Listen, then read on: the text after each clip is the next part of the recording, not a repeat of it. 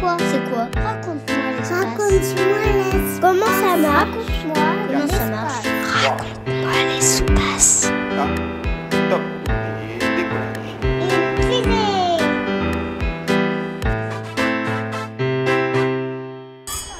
Je m'appelle Jaël, j'ai 8 ans. Ma question c'est, ça sert à quoi les satellites? Bonjour Jaël, je m'appelle Jean. Je m'occupe au CNES des projets qui concernent les satellites de localisation. Je t'en reparlerai tout à l'heure. Alors tout d'abord, il y a des satellites qui servent à observer l'univers, les autres planètes, le Soleil, les étoiles, les autres galaxies. Souvent, ils sont en orbite autour du Soleil, loin de la Terre. Et puis, il y a beaucoup de satellites qui tournent autour de la Terre. Ceux-là, ils servent à beaucoup de choses différentes. Les satellites, ça sert par exemple à observer.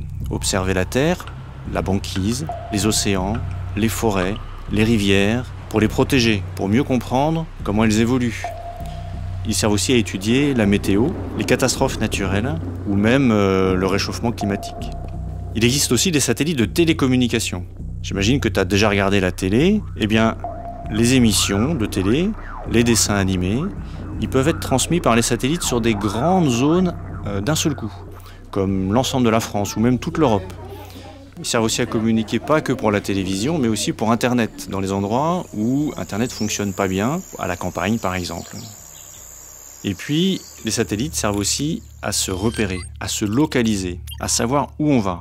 Quand tes parents, par exemple, montent dans la voiture pour aller chez papy et mamie, eh bien, ils vont utiliser le GPS.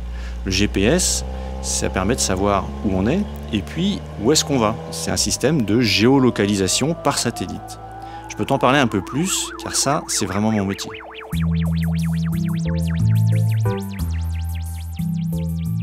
Avant les satellites de navigation comme GPS, les avions, les bateaux, ils utilisaient des appareils qui étaient au sol, mais qui n'étaient pas très précis. Finalement, en prenant de la hauteur, on arrive à fabriquer des systèmes qui sont beaucoup plus précis. Donc tu connais le GPS, c'est un système qui est américain. Il existe aussi un système russe, un système chinois, et puis surtout un système européen qui s'appelle Galileo, sur lequel je travaille, et auquel la France et le CNES participent. Comment fonctionne Galileo ? Galileo fonctionne un peu comme GPS, avec 24 satellites qui tournent en permanence au-dessus de nos têtes. Avec ça, le système est capable de localiser un téléphone ou une voiture avec une précision de localisation jusqu'à 20 cm. 20 cm, c'est pas beaucoup. C'est ce qui sépare ton bureau de celui de ton copain de classe. À quoi ça sert tout ça? À quoi ça sert de se localiser précisément? Eh bien en fait, d'abord, peut-être que tu t'en es servi toi, en balade, en randonnée, ou alors quand on part en vacances sur la route pour savoir si on est loin de l'arrivée ou pas, quand est-ce qu'on arrive. Et puis, ça sert aussi à beaucoup de gens qui ont besoin pour travailler de savoir où ils sont et surtout où est-ce qu'ils vont. Comme par exemple le livreur qui doit aller devant chez toi pour livrer une pizza ou un paquet que tes parents ont commandé sur Internet. Et bien pour ça, il va utiliser Galileo et il va utiliser GPS. Mais c'est aussi très utile pour les bateaux, les avions, les hélicoptères, les drones, les engins de chantier même, et même les tracteurs. Les tracteurs, par exemple, ils l'utilisent pour savoir précisément où ils sont déjà passés et où il faut passer juste après, quand ils sèment ou quand ils arrosent, par exemple. Raconte-moi l'espace. Jaël, il existe aussi d'autres utilisations des systèmes de localisation.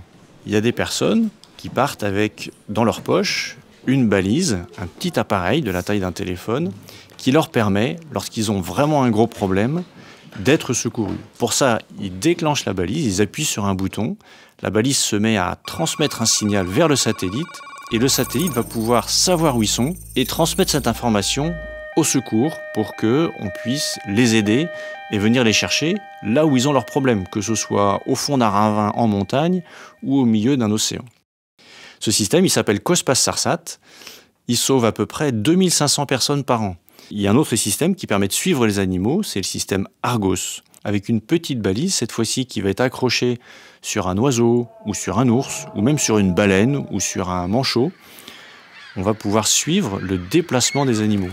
C'est très important pour comprendre leur migration, comprendre comment le réchauffement climatique modifie leur déplacement, pour les protéger, savoir où ils sont, à quel moment.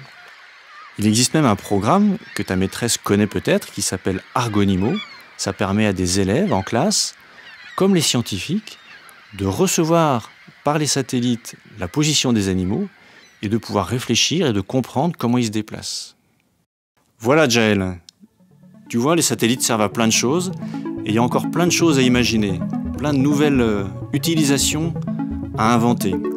On compte sur toi, au CNES ou ailleurs, pour nous aider pour ces nouveaux satellites. À bientôt. Merci Jean Maréchal, responsable du programme de navigation par satellite au CNES, le Centre national d'études spatiales. Merci. C'était Raconte-moi l'espace, une série de podcasts produite par le CNES qui répond aux questions scientifiques et spatiales des enfants, petits et grands.